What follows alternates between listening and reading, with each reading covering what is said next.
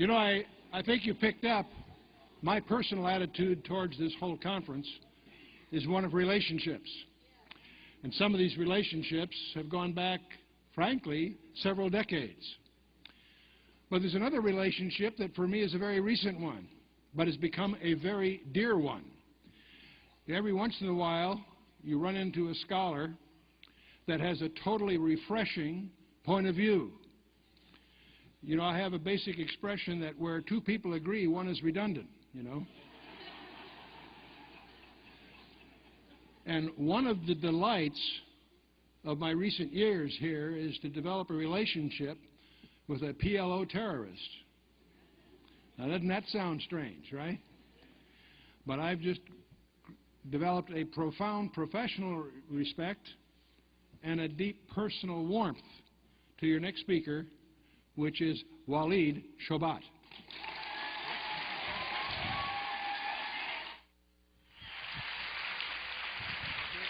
Thank you, Mr. Whistler. Yes, sir. Thank you. Uh-oh.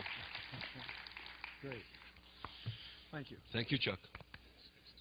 He doesn't want me to call him Mr. Whistler. He wants me to call him Brother Chuck. Absolutely. You won't break that habit, but it's Chuck. Okay? It's You're family now, see? yeah, I understand, but in the Middle East, if you're one day older, I have to call you Mr. or else I'm... And the funny thing about Brother Chuck is that he loves PowerPoint. And I'm the old-fashioned kind of guy with old, like, school blackboard. It should be the other way around. Always glad to be here in my favorite church, and of course, my favorite pastor. I had the honors to spend some time with him at the conference of all the pastors who spoke a few days ago, and of course, he won an award as the best pastor in town, I guess, in the whole region, and rightfully so. Brother Hibbs is an amazing character. Although I don't understand it, since he's not here, maybe I can gossip about him. He has such a baby face, you ever notice? And he packs such a punch, and he does so many things, and I can't figure it out. He looks so young with that baby face, and he's with all these accomplishments as he was taking the reward. I go, it doesn't make any sense, you know, but that's Brother Hibbs. Anyway, let me get first to the accusations. A lot of times, us Christians get lots of accusations. We begin to talk about Bible prophecy, especially in the area of Bible prophecy, because when you talk about Bible prophecy, and when you talk about how the media portray us Christians, they always like to accuse us of people who live in a la-la land who are so gung-ho on self-fulfilling the Bible. You know, we make the Bible, we fulfill the prophecies in the Bible in order to prove the existence of God.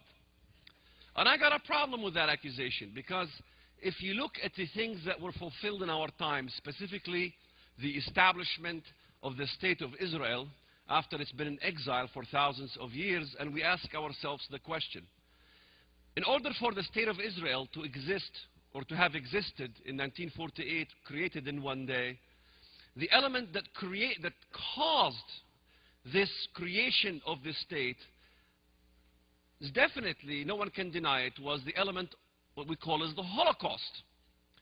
The Holocaust is the main mechanism that fueled or ushered the process of establishing that state. So if we indeed are a people that are trying to enforce things to self-fulfill the Bible, that means us Christians must have created the Holocaust to fulfill the Bible. When in fact it was the very enemies of the Bible, Nazism, Islamism, even in the Middle East, Jews were persecuted. It is the very people that hated Bible prophecy, that worked tirelessly for the things not to happen, somehow inadvertently worked on fulfilling Bible prophecy. In other words, it really doesn't make any sense. It reminds me of the story of Jesus. You know, the devil wanted him crucified. Crucify him, crucify him. And what that caused was really fulfilling the Bible. So as I said, the very elements that hate God end up doing God's work, and they have no choice about it. But such is the Bible. They accuse us of attempting to usher in an apocalypse, that we want to usher in the apocalypse. That's why we talk about Bible prophecy. When in reality, if you look at it, it is Ahmadinejad who's trying to usher in an apocalypse. He comes to the United Nations and he makes a speech, and he's the only one that's talking about this coming of this Mahdi, the enlightened one, the Muslim Messiah. I don't even see Christian speakers speaking at the United Nations or speaking, you know, at the White House in a political issue, begin to talk about anything eschatological. The eschatological issues that we talk about is among our church gathering. Yet Ahmadinejad is allowed to speak about his eschatological belief, ushering in this coming of this Mahdi figure. In fact, a lot of times I get this argument that, you know, so what? Muslims believe in their God, Christians believe in their God, Jews believe in a different God, Buddhists believe in a different God. But in fact, in reality, the descriptions of these gods are a little different, but in reality we all worship the same God. The God of the Buddhist, Jehovah God, Allah are all the same deity. You get that all the time. We all worship the same God. In fact, every time I go to a restaurant, you know, I try to witness to the waitress or whatever. You know, they don't want nothing to do with you because they say, well, worship the same God, leave me alone. I say, okay. In fact, that's the main liberal argument, that the Christians are kind of crazy because they always emphasize that we are so mad about believing in one God and we don't believe in all the other religions. We're not kind of universal. Well, I like to always argue and say, okay, if you think that we all believe in the same God, can a liberal carry a poster, we all believe in the same God, Allah, Yahweh, Buddha, and take that poster in the middle of the pilgrimage in Mecca during the Islam's holy pilgrimage and carry the poster and tell me how long they live? But there's a problem, because before they get to Mecca, there is a big major sign. It has 4 arrows, and the 4 wide lanes says Lil Muslimina Faqat, which means only Muslims allowed. And there is an exit sign that says Ghayr al-Muslimin, non-Muslims. So if you're liberal and you want to take my challenge, may I suggest you take that exit very quickly.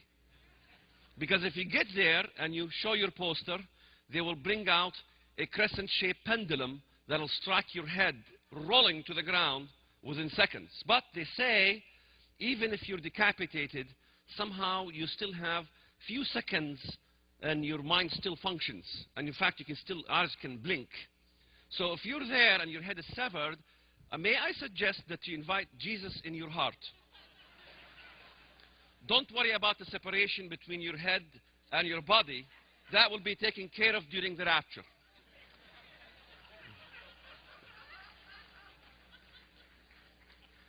And I always, you know, in fact, if you want to challenge me on this issue that we all worship the same God, next time you run into a Muslim, ask him a question. Say, what does Allah mean? They will instantly tell you, Allah means God. God and Allah is the same thing. The word for God in Arabic is the word Allah. Okay. Next question. My dear Muslim friend, I'm very interested in Islam. How can I become a Muslim? He gets very excited, of course. He will tell you very easily. Say, repeat after me. There is no God but Allah, and Muhammad is his messenger. You say, okay. There is no God but God. He says, no, no, no, no, no, no. You have to say there is no God but Allah. You say, wait a minute. You told me Allah means God.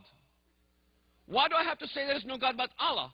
If Allah means God, I can say there is no God but God. And I, as a Christian, agree